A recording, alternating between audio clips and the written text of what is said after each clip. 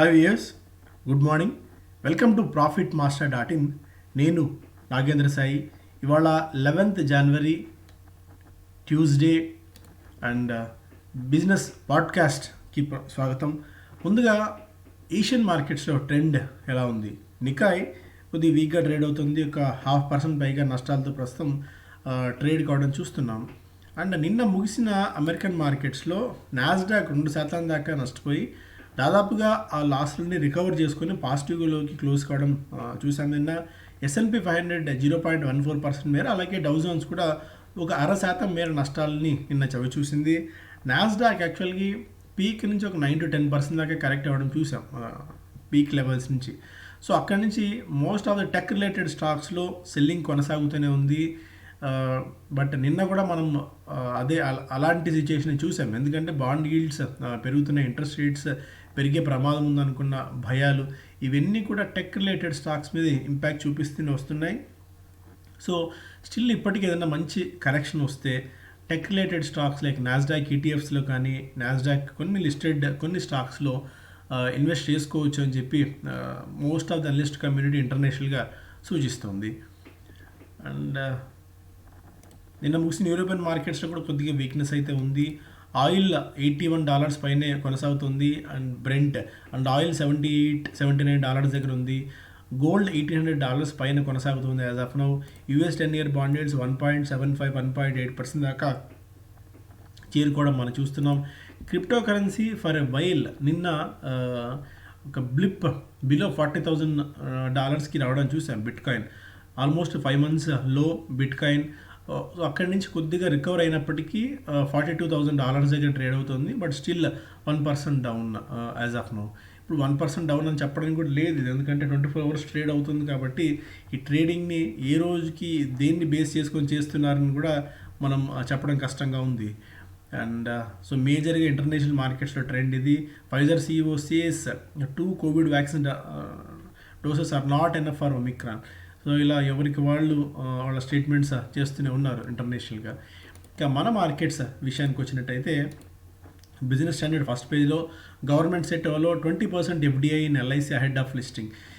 లిస్టింగ్కి ముందు foreign direct investment LICలో 20% వరకు ఇవ్వాలని చెప్పి ప్రభుత్వం నిర్ణయం తీసుకునే అవకాశం కనిపిస్తోంది.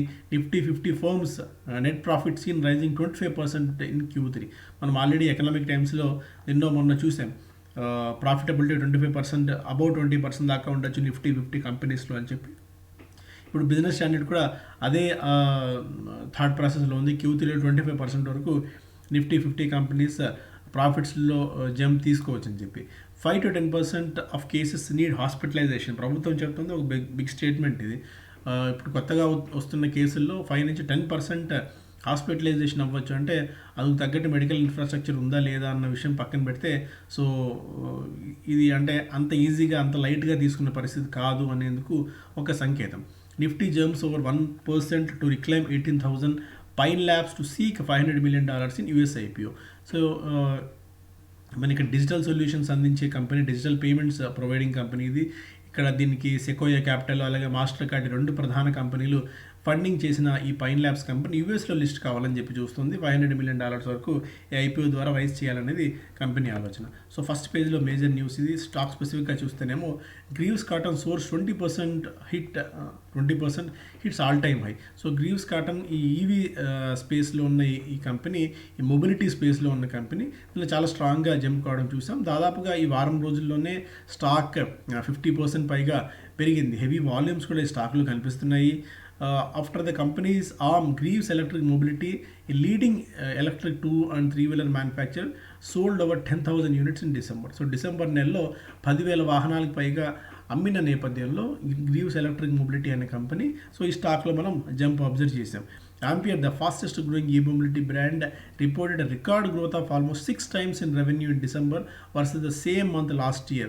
సో ఇవన్నీ కూడా ఈ కంపెనీకి బాగా కలిసి వచ్చిన అంశాలుగా చెప్పుకోవచ్చు గ్రీవ్స్ కాటన్కి. Paytm stock fall 6% post Macquarie report. Macquarie అంచనాలని తలకిందులు చేస్తూ టార్గెట్ ప్రైస్ని $900 తగ్గించింది. సో నిన్న ఆ షాక్తో 6% దాకా స్టాక్ నష్టపోయి 1200 బిలో స్టాక్ క్లోజ్ కావడం చూసాం.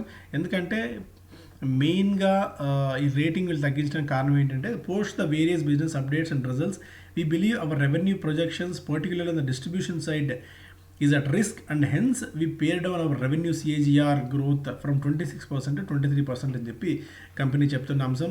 దీనికి తోడు ఈ డెట్కి సంబంధించి అంటే వీళ్ళు అనుకున్నట్టుగా మెయిన్గా the analysts also flag attrition in the company, senior మేనేజ్మెంట్లో అట్రిషన్ జరుగుతుందంటే కంపెనీని విడిచిపెట్టి వెళ్తున్న వాళ్ళ సంఖ్య పెరుగుతుంది. ఇవన్నీ కూడా కంపెనీకి మైనస్ పాయింట్స్ అనేది మ్యాక్వెరీ చెప్తున్న report. And auto companies stare at muted earnings in Q3. So Q3లో పెద్ద గొప్ప రిజల్ట్స్ని కంపెనీ అనౌన్స్ చేయకపోవచ్చు అనేది ఒక అంచనా. మెయిన్గా చిప్ షార్టేజ్ ఒకటి, poor two wheeler demand and high input cost, ఇవన్నీ కూడా మూడు ఒక షాకింగ్ లాంటి సీనారియో. టూ వీలర్స్ ఎస్పెషల్లీ అనుకున్న దానికంటే సేల్స్ బాగా క్రమంగా వీక్ అవుతూ వస్తుంది టూ వీలర్ సేల్స్. ఇక మారుతి సుజుకి మనం చూస్తే Q3 ఎక్స్పెక్టేషన్ గ్రోత్ పెద్దగా ఉండకపోవచ్చు అన్న అంచనాలే మనకి యాజ్ ఆఫ్ నో అయితే కనిపిస్తున్నాయి. 24,886 crores ఆఫ్ సేల్ ఉండొచ్చు, ఎబిటా 2,337 అండ్ ప్యాట్ 1,443 crores దాకా ఉండే అవకాశం అయితే కనిపిస్తోంది. So Tata Motors okay, Mahindra పరిస్థితి కూడా అంతే, బజాజ్ ఆటో కొద్దిగా మేబీ కొద్దిగా ఇంప్రూవ్మెంట్ నెట్ సేల్స్లో ఉండొచ్చు అని ఒక అంచనా, TVS Motors almost in line with same, Ashok లేలాండ్కి కొద్దిగా డెవలప్మెంట్ కనిపిస్తుంది. 4,814 crores నుంచి మేబీ 5,708 crores నెట్ సేల్స్ పెరిగే అవకాశం అయితే ఉంది. అండ్ ప్యాట్ నెగిటివ్లో నుంచి కొద్దిగా పాజిటివ్లోకి కూడా టర్న్అవుట్ అయ్యే ఛాన్సెస్ కనిపిస్తున్నాయి అశోక్ లేలాండ్కి. అదర్ దెన్ దట్ ఇంకా మోస్ట్ ఆఫ్ ది కంపెనీస్ అన్నీ కూడా పెద్ద అద్భుతమైన గ్రోత్ని కనబరచకపోవచ్చు. కొద్దిగా Bajaj auto and Eicher Motors ఒకటి కాస్త పాజిటివ్గా అయితే ఇక్కడ కనిపిస్తున్నాయి ఆటో విభాగంలో చూస్తే. ఇంకా ఎకనామిక్ టైమ్స్ ఫస్ట్ పేజ్లో Reliance ACRE Welspun in final lap to buy Sintex Industries, ఈ బ్యాంక్రప్ట్ అయిపోయిన కంపెనీని కొనుగోలు చేసేందుకు దాదాపుగా మార్గాన్ని సిద్ధం చేసుకుంది Reliance Industries. Reliance Industries and Welspun are the leading contenders to acquire bankrupt Sintex Industries. Mostly వీళ్ళు ఒక అసెట్ రీకన్స్ట్రక్షన్ కంపెనీ ఏకర్తో కలిసి దాదాపు 2,863 crores ఆఫ్ రెజల్యూషన్ ప్లాన్ ఇచ్చారు. అందులో that includes 10% equity to lenders. దీంతో పాటు లెండర్స్కి 10% ఈక్విటీలో వాటా ఇవ్వాలని కూడా దాదాపుగా భావిస్తున్నట్టుగా ఇక్కడ కనిపిస్తుంది. సో మెయిన్గా ఇది అసెట్ రీకన్స్ట్రక్షన్ కంపెనీ. తర్వాత దీన్ని తీసుకొని వాళ్ళు రివైవ్ చేస్తారు సాధారణంగానే. గతంలో ఏదైతే మనం రుచి సోయాలో చూసామో, సో గతంలో రిలయన్స్ తీసుకున్న company, not getting the name immediately, so ఆ కంపెనీ ఇట్లాంటివన్నీ కూడా మనకి ఒకసారి తీసుకొని వాళ్ళు రివైవ్ చేసే ప్రక్రియ మనకు కొనసాగుతూ ఉంటుంది. Race for bankrupt company, marginal difference between offers by Reliance ACRE and Welspun, ఈ రెండు కంపెనీల మధ్య కొద్దిగా అంటే రిలయన్స్ ఏకర్ ఒక గ్రూపు, వెల్స్పన్ ఒక గ్రూప్, ఈ రెండు కంపెనీలు బిడ్ చేసే దాదాపుగా రెండింటి మధ్య డిఫరెన్స్ కాస్త మార్జినల్గా కనిపిస్తుంది.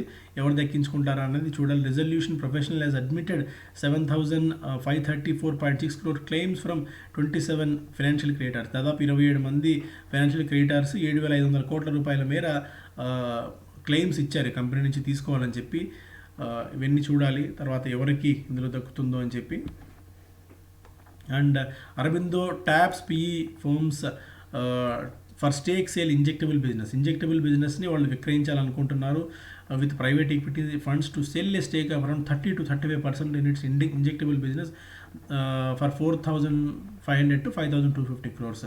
30% వాటాన్ని 4,500 నుంచి 5,250 కోట్ల రూపాయల మేర విక్రయించే ఆలోచనలో అరబిందో ఫార్మా ఉంది అన్నది ఒక అంచనా. TPG capital management, advent international, Bain Capital, Blackstone have been sounded off for a potential transaction valuing the business at 15,000 crores. దాదాపుగా ఈ బిజినెస్ వాల్యూ 15,000 కోట్ల రూపాయల మేర ఉంటుంది అన్నది ఒక అంచనాగా ఇక్కడ చూస్తున్నారు. Company setting up injectable units in Vizag, దీనికి తోడు వీళ్ళు వైజాగ్లో ఇంజెక్టబుల్ బిజినెస్ని కూడా స్టార్ట్ చేయబోతున్నారు, బయోసిమిలర్స్ అండ్ వ్యాక్సిన్స్ కాకుండా. సో ఇవన్నీ కూడా అరబిందో ఫార్మాకి కొద్ది గొప్ప కలిసి వచ్చే అంశాలుగా కనిపిస్తున్నాయి. As a part of expanding the injectable business, Aurobindo is setting up a dedicated injectable facility in Vizag for the European Union and global markets. Latest company ఇచ్చిన యాన్యువల్ ప్రజెంటేషన్లో ఈ విషయాన్ని కంపెనీ వెల్లడించింది. సో మేజర్గా ఇది అరబిందో ఫార్మాకి సంబంధించిన లేటెస్ట్ అప్డేట్. FY21లో 24,770 crores of revenue post చేసింది. టోటల్ ఇంజెక్టబుల్ బిజినెస్ అంటే రెవెన్యూలో ఇంజెక్టబుల్ బిజినెస్ వాటా 21% దాకా ఉంది. ఇప్పటికే కంపెనీస్ అప్రోచ్ అయిన వాటిలో TPG Cap, Advent, Bain, Blackstone, Carlyle and PAG ఉన్నాయి. కోటక్ మహీంద్రా ఓవరాల్గా దీని పొటెన్షియల్ బయర్ని చూడడానికి హైర్ చేసుకున్నారు. Retailers holding a lean discretionary inventory. ఇక్కడ పాయింట్ ఏంటంటే ఒకప్పుడు 30 రోజులు ఇన్వెంటరీ పెట్టుకునేవాళ్ళు రిటైలర్స్. బికాజ్ డిమాండ్ బాగా పెరిగింది, సప్లై ఆ స్థాయిలో రావట్లేదు కాబట్టి ఇన్వెంటరీ 15 డేస్కి తగ్గిందని ఒక అంశం. అంటే జనాలు ముందుగా మళ్ళీ కోవిడ్ పెరుగుతుంది అన్న దాంతో స్టాకింగ్ కూడా చేసుకుంటున్నారు అనేది మనకు పరోక్షంగా తెలుసుకోవాల్సిన అంశం. స్టాక్ స్పెసిఫిక్గా చూస్తేనేమో standard IT deduction could go up by 30 to 35%. So గతంలో ఇచ్చిన స్టాండర్డ్ డిడక్షన్ ఏదైతే అంటే మనకి రెండు రకాలుగా ఉన్నాయి కదా. స్టాండర్డ్ డిడక్షన్ తీసుకునేది ఒకటి, తీసుకోకుండా చేసే రిటర్న్స్ ఫైల్ చేసే అవకాశం మనకు ఉంటుంది. కాబట్టి ఎవరైతే ఈ విభాగంలోకి వస్తారో వాళ్ళకి ఒక 30 to 35% దాకా స్టాండర్డ్ డిడక్షన్ పెంచవచ్చు. ఎందుకంటే ఖర్చులు బాగా పెరిగాయి, వర్క్ ఫ్రమ్ హోమ్ చేస్తున్నారు, మెడికల్ ఎక్స్పెన్సెస్ బాగా పెరిగాయి. కాబట్టి ప్రభుత్వానికి చాలామంది రిక్వెస్ట్ చేస్తున్నారు స్టాండర్డ్ డిడక్షన్ కొద్దిగా పెంచవచ్చు అని. But present 50,000 standard deduction is allowed to these categories of tax payers. Industry bodies have suggested to increase it. So personal taxation ఎవరైతే కడుతున్నారో దీన్ని కొద్దిగా పెంచితే బాగుంటుంది అన్నది ఒక అంచనా. ఒకప్పుడు 20-25 వేల నుంచి ఉన్నది కాస్త దశల వారీగా పెరుగుతూ వచ్చింది standard deduction. Equity funds get a record inflow in December. SIP collections rise to 11,300 crores from 11,005 crores. So SIP collections బాగా పెరుగుతూనే ఉన్నాయి. ఇది మార్కెట్స్కు దన్నుగా నిలుస్తుంది. ఈక్విటీ ఫండ్స్లోకి నిధులు బాగా వరదలా పారుతున్నాయి. 11,300 crores ఆఫ్ ఫండ్ నెల ఈక్విటీలోకి వచ్చి పడుతోంది. సో ఇది ఓవరాల్గా మార్కెట్స్కి కూడా చాలా పాజిటివ్ అంశంగా చెప్పుకోవాలి. Infosys sequential profit growth met top TCS and Wipro numbers. So ఈసారి విప్రో రికార్డ్ స్థాయిలో నెంబర్స్ని ప్రకటించే అవకాశం కనిపిస్తోంది. తర్వాత ఇన్ఫోసిస్ కూడా sequential profit growth when compared with TCS and Wipro సీక్వెన్షియల్గా అంటే గత క్వార్టర్తో పోలిస్తే సీక్వెన్షియల్ పరంగా ఇన్ఫోసిస్ మెరుగైన గ్రోత్ కనబరచవచ్చు. సాధారణంగానే ఈ క్వార్టర్ కొద్దిగా వీక్గా ఉంటుంది ఐటీ కంపెనీస్కి, ఎందుకంటే హాలిడే సీజన్ ఎక్కువగా ఉంటుంది. కాబట్టి ఈ హాలిడే సీజన్లో అంత గొప్ప కాంట్రాక్ట్స్ రావడము లేదంటే వర్క్ అంతా జరగడం ఉండకపోవచ్చు. అందువల్ల అయినప్పటికీ కూడా కంపెనీస్ మెరుగైన పర్ఫార్మెన్స్ని కనబరచవచ్చు అన్నది ఒక అంచనా. అన్ని కంపెనీస్ ఫస్ట్ టైం ఈ వెన్స్డే రోజున అన్ని కంపెనీస్ కలిసి ఒకేసారి TCS, విప్రో, ఇన్ఫోసిస్ 3 కంపెనీలు ఒకే రోజున రిజల్ట్స్ అనౌన్స్ చేయబోతున్నాయి. First of its kind. TCSకి 3.9% quarter on quarter, Infosys 4.8, HCL Tech 4.7, Wipro 3.4, tech Mahindra 5.3. Total for top of అన్ని కంపెనీస్ కలిసి చూస్తేనేమో రెవెన్యూలో 4.3% దాకా జంప్ ఉండే అవకాశం కనిపిస్తుంది. ఇందులో ఇన్ఫోసిస్ 7.2%, నెట్ ప్రాఫిట్లో క్వార్టర్ ఆన్ క్వార్టర్ బేసిస్ చూస్తేనేమో 7.2% దాకా నెట్ ప్రాఫిట్లో జంప్ ఉండే అవకాశం ఉంది. తర్వాత టెక్ మహీంద్రా తర్వాతి స్థానంలో. టెక్ మహీంద్రా ఫస్ట్ ఇక్కడ కనిపిస్తుంది, కాకపోతే బిగ్ 3లో మనకి ఇన్ఫోసిస్ ప్రధాన పాత్రలో టాప్ స్థాయిలో మనకి ఇక్కడ ఉంది. సో ఐటీ కంపెనీస్ని రెగ్యులర్గా ట్రాక్ చేస్తున్న వాళ్ళకి ఇది బాగా ఉపయోగపడుతుంది. NSE to offer F&O trades and mid cap select index.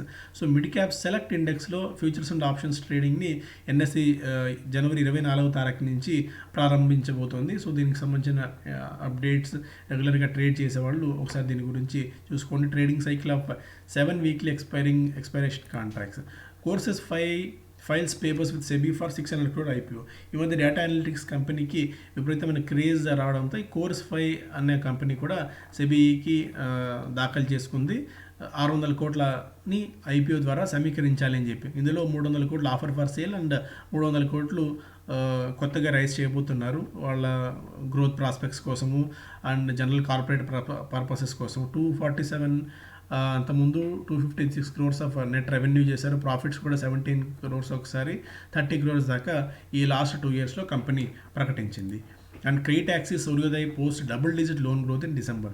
So అదొక పాజిటివ్ అంశం. మైక్రో ఫైనాన్స్ కంపెనీస్కి మెల్లిమెల్లిగా క్రెడిట్ గ్రోత్ పెరుగుతోంది, అలాగే డిస్బర్స్మెంట్ పెరుగుతున్నాయి. అండ్ రిసీవబుల్స్ కూడా అంటే రిసీవింగ్ చేస్తున్నవి అంటే అప్పులు తీసుకున్న వాళ్ళు తిరిగి కడుతున్న ఇది కూడా పెరుగుతుంది. కాబట్టి credit access and Suryoday post double digit loan growth in December. So ఇదొక పాజిటివ్ అంశం అవుతుంది.